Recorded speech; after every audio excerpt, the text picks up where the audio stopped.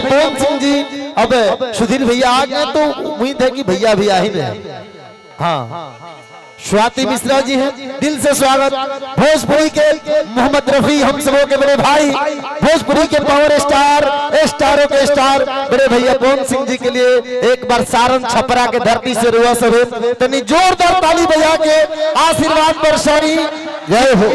नींद नैनन से कई रात चुरावल जाई, तब कहीं गीत जाके दर्द के गावल जाई।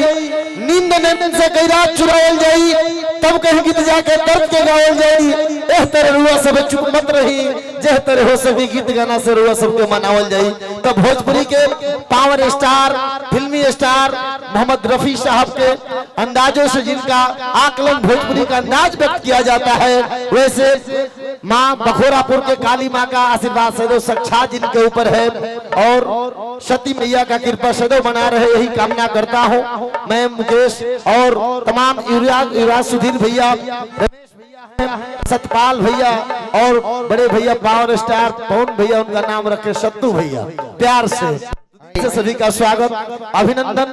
अब हम चाहो कि समय न विलंब करते हुए अभी माइक हवाले करी, मंच के थोड़ा खाली करी रुआ सब। हम हाथ जोड़ के निहोरा करम कि मंच के पहले रुआ सब व्यवस्थित करी और साज बाज पर पूरा अपन टीम, रमगिया चाचा, छोटे बाबा और छोटे भाई शिव कुमार बिक्कू हम सबों के बीच हैं। दिल से स्वागत करता हूं, अभिनंदन करता हूं भाई को इस मंच के माध्यम से। अब थोड़ा मंच व्यवस्थित किया जाए। एक बिट्टू भैया के भाई के तिलकोत्सव का दरवाजे पर जो कार्यक्रम रखा गया है, एक घरेलू कार्यक्रम है, मंच पर गैदरिंग न किया जाए। मंच को खाली किया जाए, मंच को खाली किया जाए और व्यवस्था को कायम किया जाए, मैं यही आग्रह करता हूं।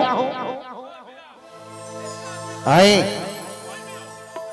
भोजपुरी के सब प्रसिद्ध गायक जितने लोग खड़े हैं, मैं आग्रह करता हूं, आप पढ़े लिखे बुद्धिजीवी लोग हैं, आप व्यवस्थित हो जाएंगे तो मैं कार्यक्रम आगाज कर दूंगा।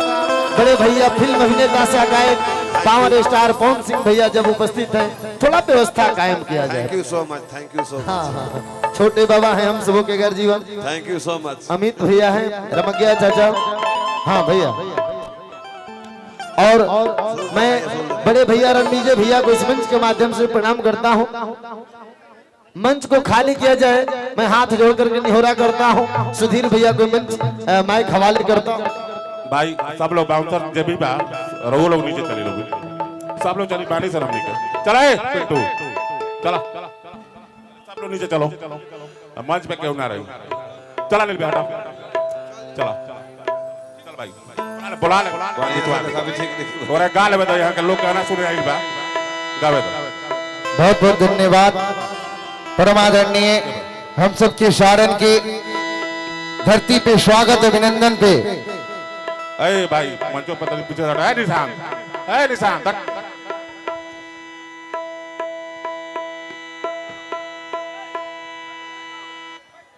भैया थोड़ा आप भी लोग बैठ जाइए, क्यों कहेंगे तो आप लोग बैठिए, तो पहले सब लोग जो यहाँ पर बैठ जाइए, कहे के पीछे तो लोग बैठ जाइए, बैठ जाइए आप लोग, बैठिए, जो भी है बैठ जाइए, जो भी है बैठ जाइए, वहां बैठने से प्रतिष्ठा नहीं जाता है।